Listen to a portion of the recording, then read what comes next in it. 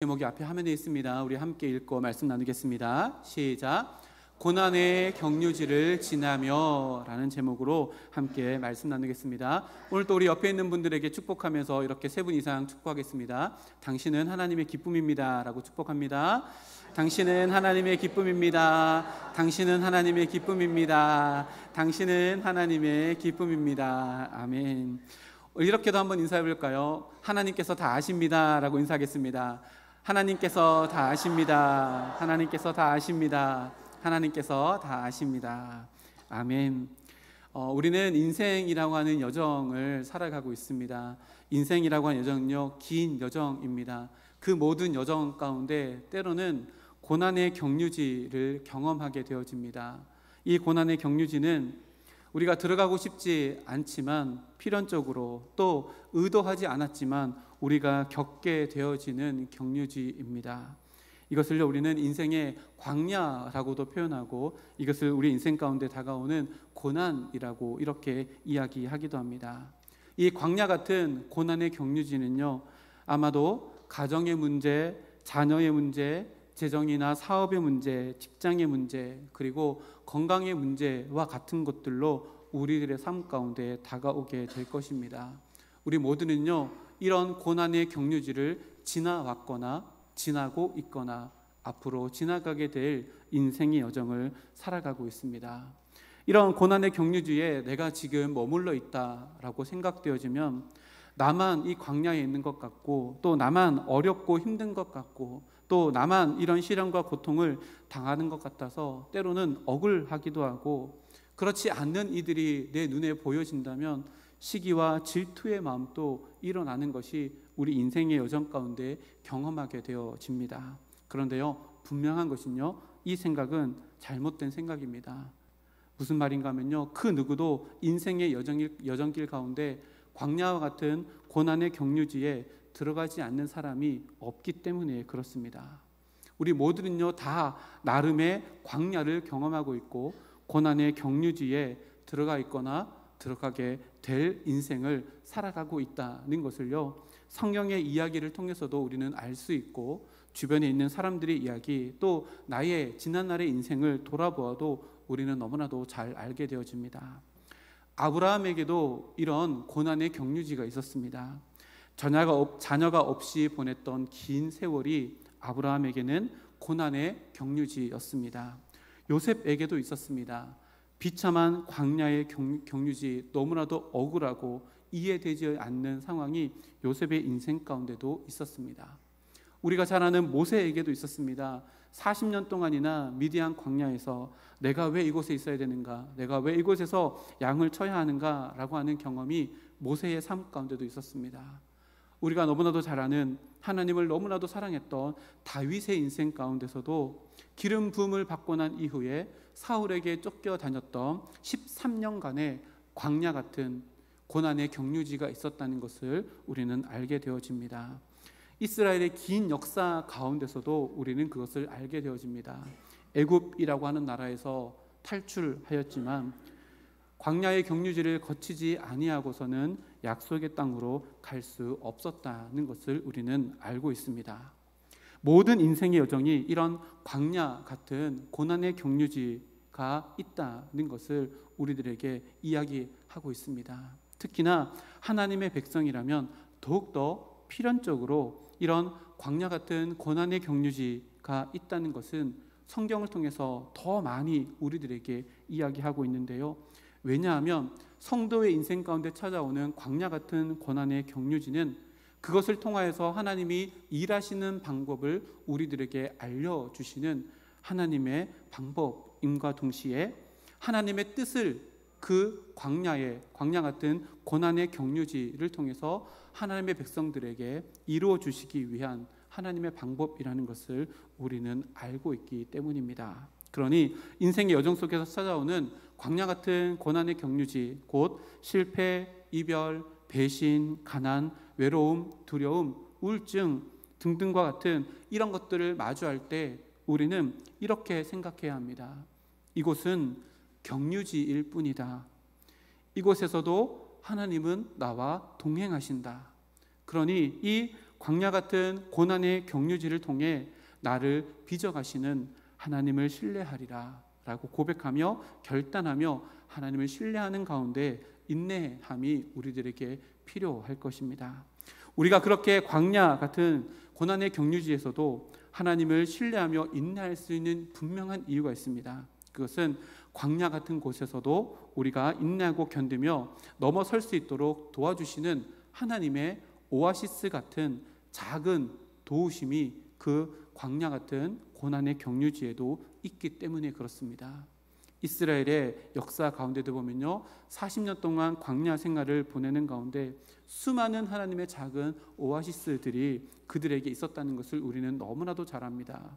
매일매일 만나를 먹여주심으로 그 광야를 지나갈 수 있도록 도와주셨고, 반석에 물을 허락하심으로 그들을 함께 해주셨고 도와주셨을 뿐만 아니라 그들에게 다가오는 대적들과의 모든 싸움에서 이기게 하심으로 그 광야를 인내하게 하셨고 견디게 하셨고 결국에는 통과할 수 있도록 함께 해주셨다는 것을 우리는 성경을 통해서 보게 되어집니다. 하나님께서는 그렇게 이스라엘 백성들이 광야 같은 고난의 경유지를 통과하면서 하나님의 백성으로서 삶을 살아가는 태도와 방식을 배우기를 원하셨던 것입니다. 우리의 인생이라는 여정 속에서도 만나게 되어지는 광야 같은 고난의 경유지도 이와 마찬가지입니다. 단순히 우리가 겪는 고난은 삭막하고 메마르며 황폐한 그림만 그려지는 곳이 아니라는 것입니다. 오히려 하나님이 붙드시는 광야 같은 고난의 경유지는 진정한 아름다움을 그릴 수 있는 장소라는 것을 성경이 우리들에게 이야기합니다. 그래서 오늘 우리가 함께 읽은 말씀을 통해서 우리의 인생에서 지금 이미 겪고 있거나 앞으로 겪게 되어질 광야 같은 고난의 경유지를 어떻게 하면 광야의 메마름으로 끝나는 것이 아니라 그것을 아름다운 곳으로 만들 수 있을까에 대한 하나님의 지혜를 오늘 말씀을 통해서 얻고자 합니다. 그 말씀을 먼저 나누기 전에요, 먼저 18절 말씀을 보면 풀고 넘어가야 될 부분이 있습니다. 18절 말씀의 시작이요, 사환들아 라고 하며 시작합니다. 여기서 말하는 사환들아 라고 하는 것은요, 종, 노예를 뜻합니다.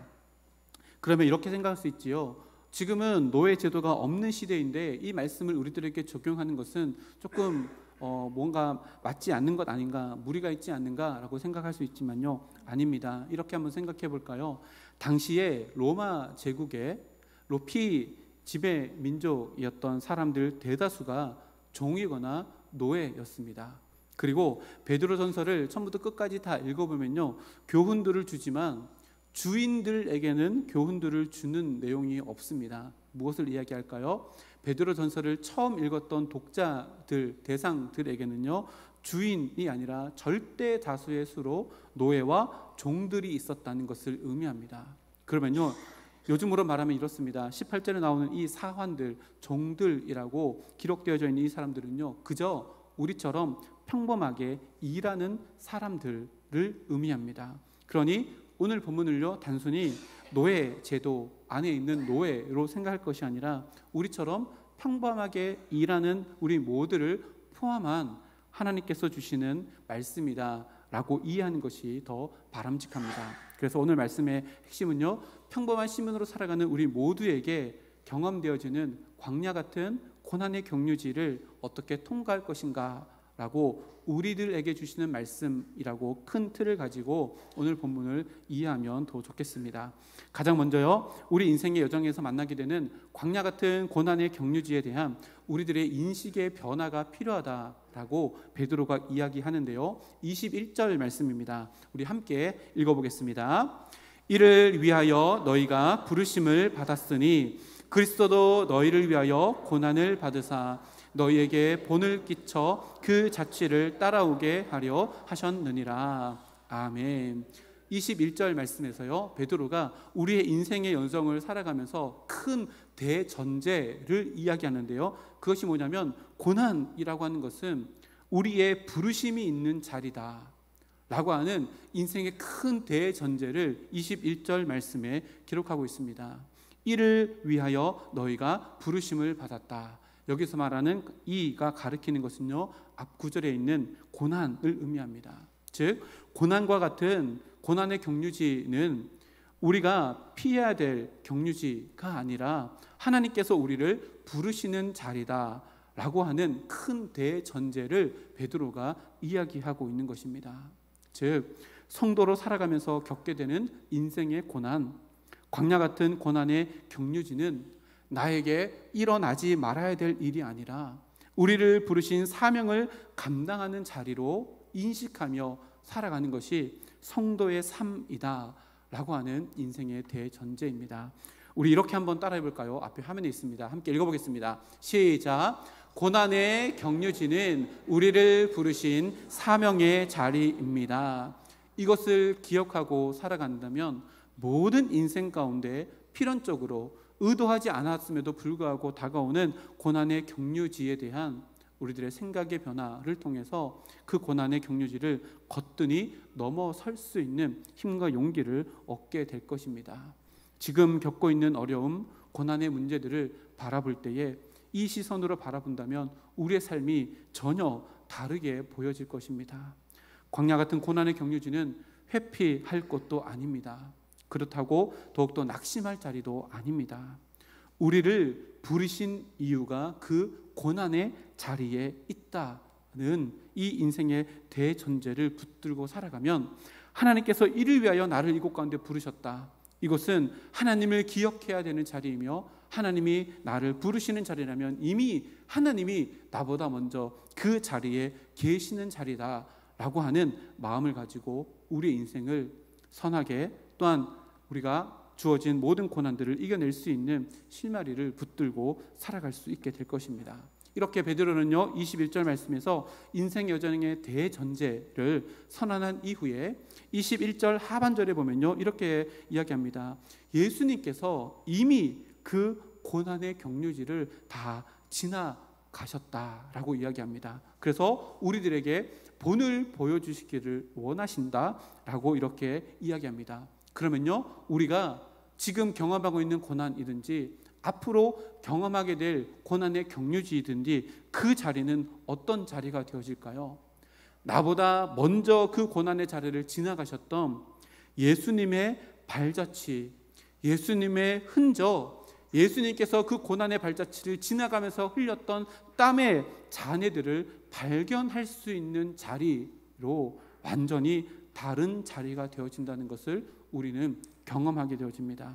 그래서요 지금 겪고 있는 고난 가운데 앞으로 겪게 될 고난의 자리 가운데 우리는 낙심할 것이 아니라요 믿음의 눈, 영적인 눈을 부릅뜨고 이곳 가운데 나보다 먼저 주님께서 이 길을 걸어가셨다라는 것을 기억하고 그곳에서 주님의 발자취를 찾아야 합니다.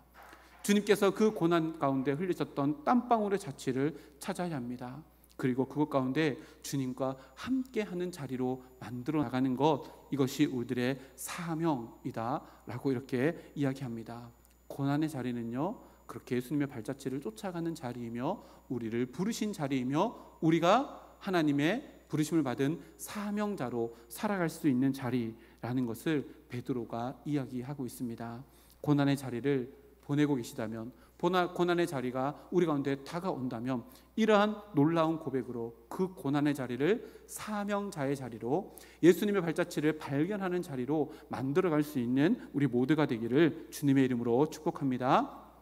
이렇게 베드로가요 대전제를 선포합니다. 그리고 18절부터 광야 같은 이 고난의 경유지를 대하는 우리들의 태도, 우리들의 자세가 어떠해야 하는지를 가르쳐 주는데요 3가지입니다. 첫째입니다. 우리 빨간색 글씨만 함께 읽어보겠습니다. 범사의 두려움과 순종으로 걸어가야 합니다. 아멘. 첫째입니다. 우리가 고난의 경유지를 보낼 때에 첫째, 범사의 두려움으로 순종함으로 걸어가야 한다라고 18절에서 말씀하시는데요 18절에 이렇게 기록합니다. 사환들아, 범사에 두려워함으로 주인들에게 순종하되 선하고 관용하는 자들에게만 아니라 또한 까다로운 자들에게도 그리하라. 아멘.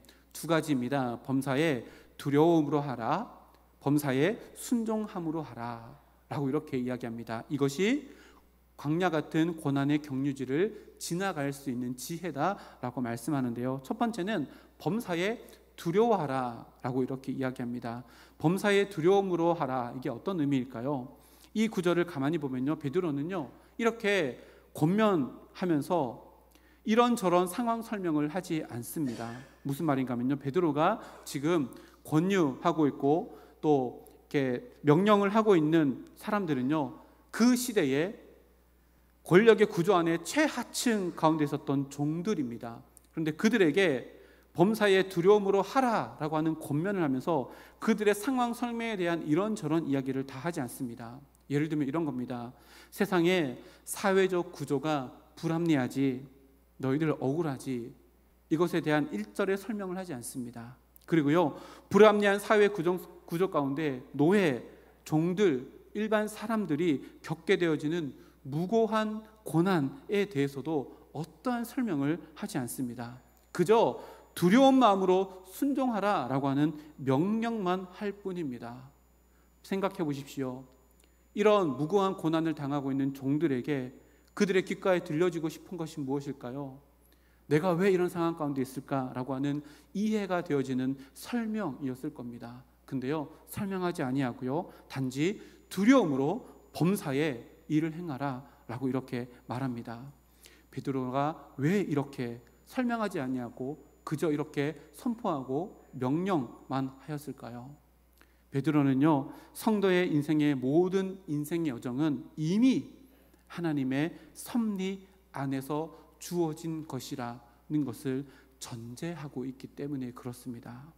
그리고 주어진 환경에 대한 성도의 바람직한 자세는 그 모든 상황을 이해하려고 애쓰는 것이 아니라 그저 나에게 주어진 범사, 곧 하나님의 위대하신 섭리 안에서 나에게 주어진 범사를 두려움으로 순종함으로 감당하는 것이 성도의 바람직한 자세다라고 하는 것을 말하고 있는 겁니다. 이 두려워하다라고 하는 표현이요, 오늘 읽지 않았지만요 17절 말씀에 보면 동일하게 두려워하다라고 하는 표현인데요, 헬라 원어도 동일합니다. 근데 거기 17절 말씀 보니까요, 하나님을 두려워한다라고 하는 표현과 오늘 18절 말씀에 범사에 두려워한다라고 하는 이 두려워한다는 단어가 똑같은 단어입니다. 그러면 어떤 의미일까요?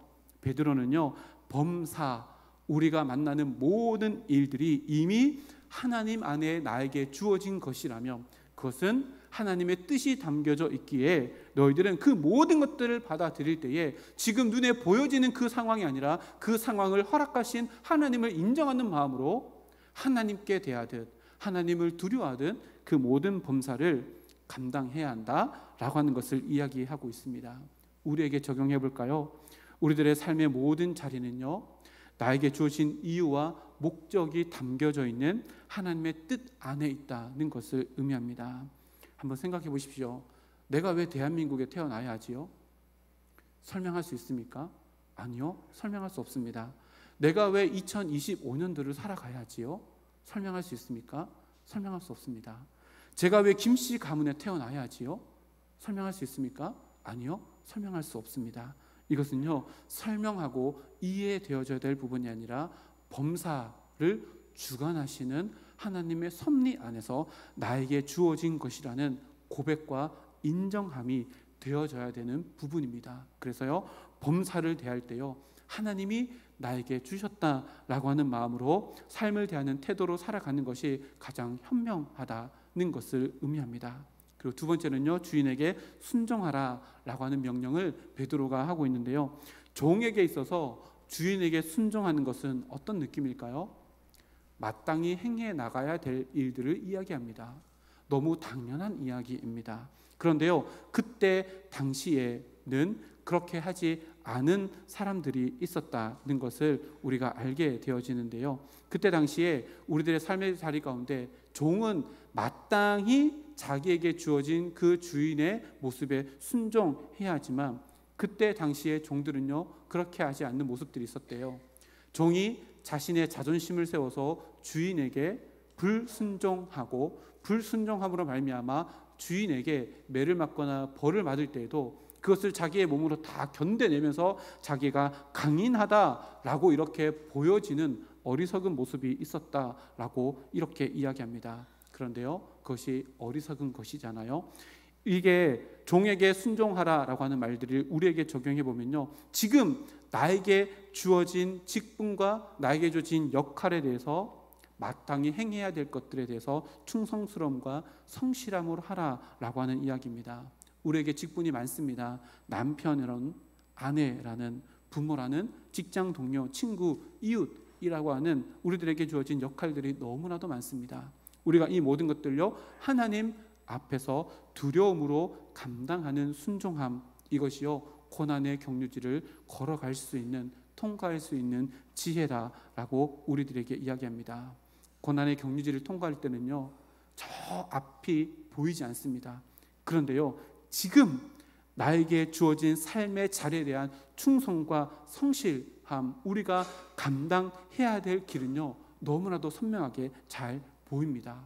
그래서요, 고난의 경유지를 통과할 때는요, 저 앞날, 이것이 해결되어질 그날을 바라보며 살아가는 것이 아니라 지금 나에게 주어진 삶의 자리에 대해서 하나님 앞에서 두려움으로, 경외함으로, 성실함으로 내 역할을 감당해내므로 우리는 고난의 경유지를요 가장 아름다운 모습으로 통과할 수 있다라고 베드로가 이야기합니다.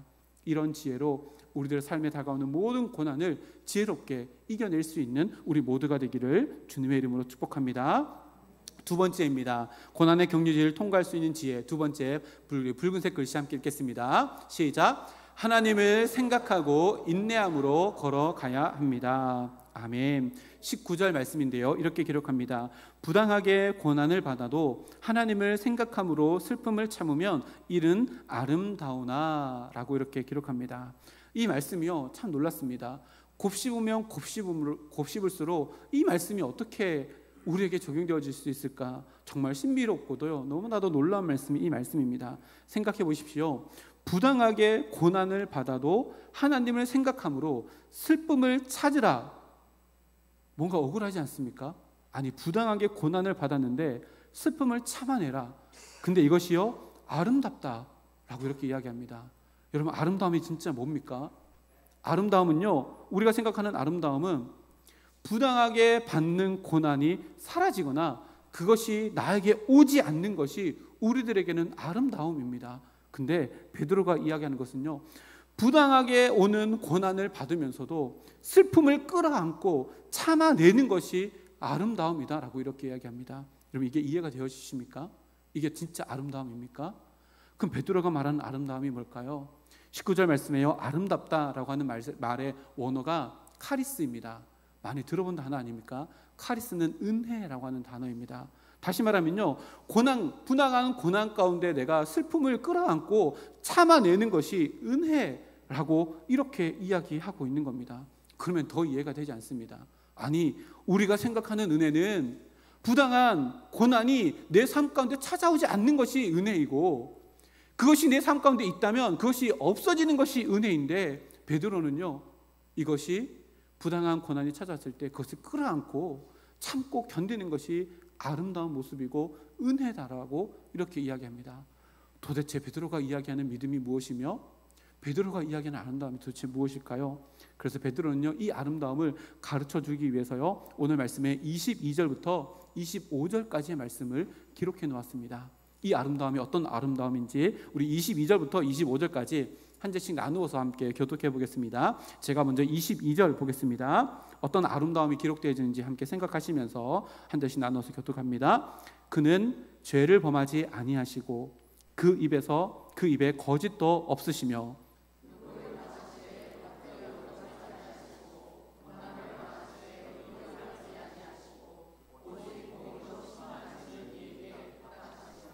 친히 나무에 달려 그 몸으로 우리 죄를 담당하셨으니 이는 우리로 죄에 대해서 죽고 의에 대해서 살게 하려 하심이라. 그가 채찍에 맞음으로 너희는 나음을 입었나니.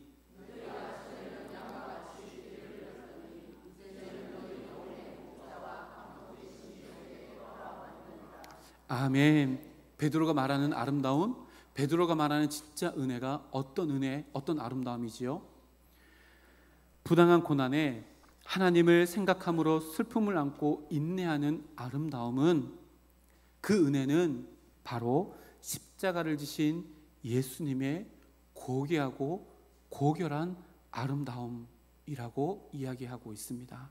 오늘 이 말씀은요, 이사야서 53장의 이야기를 그대로 인용해서 기록해 놓은 말씀입니다. 베드로는 하나님을 믿는 백성으로서 이 세상에서 무고하게 겪게 되어지는 모든 고난을 회피하지 말고 슬픔을 견디고 인내하는 것은 예수님의 십자가의 그 고귀하고 고결한 아름다움을 답습하는 것이며 내 삶 가운데 품게 되어지는 것이라고 이렇게 증언하고 있습니다. 성도에게 있어서 예수님께서 남기신 발자취 가운데 가장 아름답고 놀라운 순간을 꼽으라면 의심이 여지없이 너무나도 자명하게 십자가의 그 사건, 십자가에 오르신 그 발자취라고 우리가 모두가 말할 것입니다.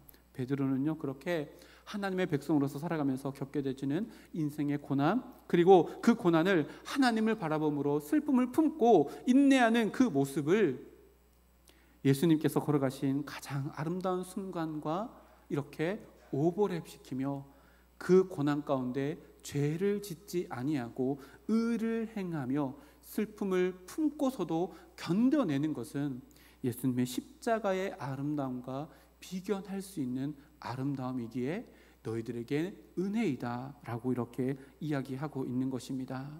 우리에게도요, 이 고난을 품고 이 고난 가운데도 죄를 짓지 아니하고 의를 행하는 이 아름다움이 내 삶 가운데 보여질 수 있는 그런 삶을 살아가는 우리 모두가 되기를 소망합니다. 우리가 고난 가운데요, 죄를 짓지 아니하고 의를 행하며 하나님께서 원하시는 그 슬픔의 자리에 슬픔을 안고 인내하는 그 모든 자리는요, 조개가 이물질이 들어왔을 때 아픔을 품고 진주를 만들어내는 것과 같이 우리도 고난 가운데 그것을 품고 예수님의 십자가의 사랑의 그 아름다움을 기억하며 눈물로써 그 자리를 채워 나간다면 우리들의 삶 가운데서도 그 고난의 경유지는 보석과도 같은 아름다운 자리를 만들어가는 자리임을 오늘 말씀을 통해서 우리들에게 이야기합니다. 우리 모두의 삶이 이런 삶이 되기를 소망합니다. 중요한 것은요, 그 고난의 경유지에서 반드시 베드로가 이야기했던 것처럼 우리는 하나님을 보는 시선을 놓쳐서는 안 된다는 것입니다. 무슨 말일까요? 하나님은 우리는 고난 가운데 절대로 고와 같이 내버려두지 않으시고 외면하지 않으신다는 것입니다. 언제든지 우리가 눈을 들면 주님의 눈을 마주할 수 있고 주님이 내 고통 가운데 함께 아파하시며 주님의 눈물이 내 눈물을 통해 떨어진다는 것을 우리는 경험하게 되어지고 십자가에서 묵묵히 함께 아파하셨던 성부 하나님의 그 아름다움이 우리들의 삶 가운데서 채워지는 은혜의 순간으로 바꾸어 가시는 분이라는 것을 그 자리에서 경험하게 된다는 것입니다.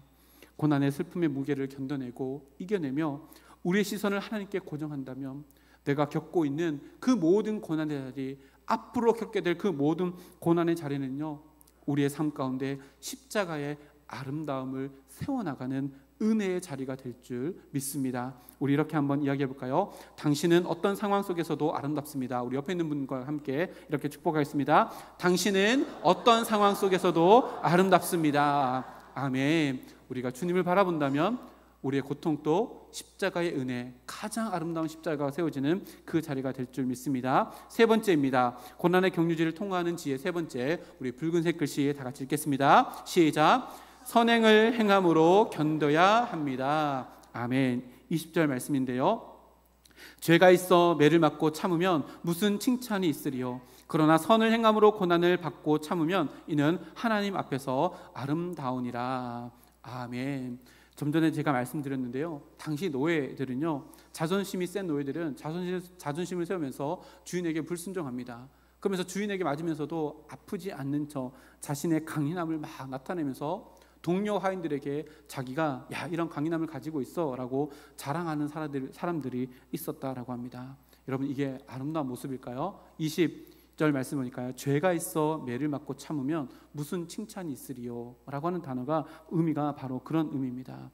이런 배경을 염두에 둔 베드로는요, 그러한 태도는 노예 자신에게도 영예가 되지 않을 뿐더러 우리가 성도라면 그것은 숙치일 뿐이라고 경고하고 있습니다. 그래서 고난 가운데서도 선을 행함으로 하나님 앞에서 아름다운 삶을 살아야 한다라고 권면하는데요, 여기 나오는 아름다움도 카리스라고 하는 단어이고요, 은혜라고 하는 의미입니다. 우리는 고난을 받으면요, 선을 행하기보다 모든 일에 손을 놓아버리기 십상입니다. 왜요? 고난 중에는요, 어떤 일을 하든지 의미를 발견할 수 없기 때문에 그렇습니다. 그리고 어떤 일을 할 때요, 의욕을 상실할 수밖에 없기 때문입니다. 왜 그럴까요? 고난이라는 사슬이 우리의 마음과 우리의 손발을 묶고 있기 때문에 그렇습니다. 선행을 행한다는 것, 이게 뭘 의미할까요? 하나님의 기쁨을 추구하며 살아간다는 것을 의미합니다. 베드로의 권면은요, 이렇게 하나님의 기쁨을 추구하며 살아가는 삶이 고난의 경유지에도 변함없이 우리의 사명이 되어져야 된다라고 하는 것을 이야기하고 있는 것입니다. 지금 겪고 있는 고난이나 또 앞으로 나에게 다가올 고난은 하나님의 기쁨을 추구하지 못하게 되는 이유, 변명이 되지 않는다는 것을 베드로가 명확하게 이야기하고 있는 것입니다. 생각해 보십시오. 예수님은요, 오히려 십자가의 고난을 통해서 하나님의 기뻐하시는 뜻을 이루어 나가는 삶을 사셨고, 오늘 말씀의 기록처럼 우리들에게 본을 보여주셨다는 것을 우리는 늘 기억해야 합니다. 고난의 경유지를 통과하는 세 번째 지혜는 선을 행함인데요, 고난을 견디는 방법으로 바로 선을 행하는 것이라는 지혜를 가지고 살아가야 한다는 이야기입니다. 생각해 보십시오. 고난은요, 우리의 삶의 방향을 상실하게 하는 힘이 있습니다. 고난은요, 우리의 삶의 의욕을 사라지게 하는 능력이 있고요, 고난은 우리의 삶의 목표를 망각하게 하는 힘이 있습니다. 그러나 그럴 때 뭐 해야 돼요? 깨달아야 합니다. 우리 인생의 대전제, 내가 이것을 위해서 부름을 받았다. 그리고요, 그것 가운데 하나님께서 기뻐하시는 것이 무엇일까? 선을 행함은 고난 속에서도 그렇고 평안 속에서도 그렇고 우리의 삶의 자리 가운데 늘 우리의 사명이요, 우리의 몫이라는 사실을 잊지 아니할 때에 우리는요, 고난 가운데서도 평강 가운데서도 사명자로 살아가며 하나님의 기쁨이 될 수 있다는 것을 베드로가 이야기하고 있는 것입니다. 선을 행하는 것, 이것을요, 막을 수 있는 것은 아무것도 없습니다.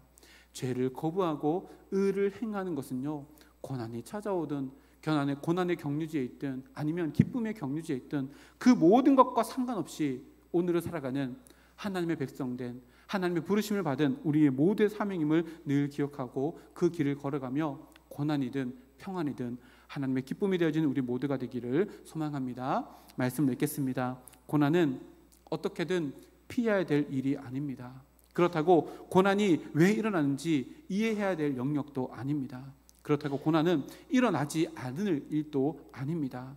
우리의 인생의 여정 속에서 고난이라고 하는 경유지는 우리가 경험하고 있거나 앞으로 경험하게 되어질 필연적인 것들입니다. 오늘 말씀은요, 그 고난의 경유지에 대해서 우리들에게 이야기합니다.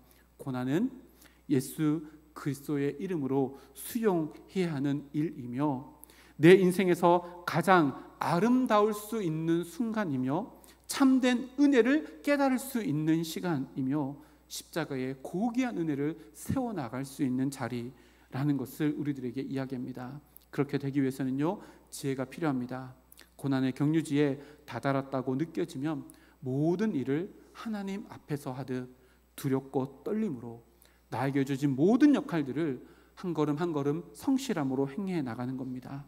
하나님을 생각함으로 그 슬픔을 끌어안고 십자가의 고난을 생각하며 예수님의 피땀 흘린 그것을 자취를 발견해내는 자리로 만들어가는 것입니다.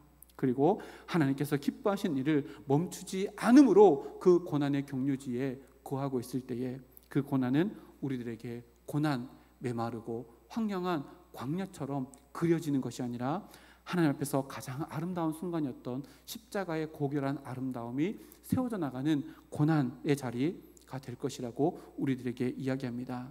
이런 아름다움이 우리들의 삶의 여정 가운데 하나 둘씩 그려져 나가는 우리 모두의 삶이 되기를 주님의 이름으로 축복합니다. 함께 이렇게 선포하겠습니다. 앞에 있습니다. 함께 읽어보겠습니다. 시작.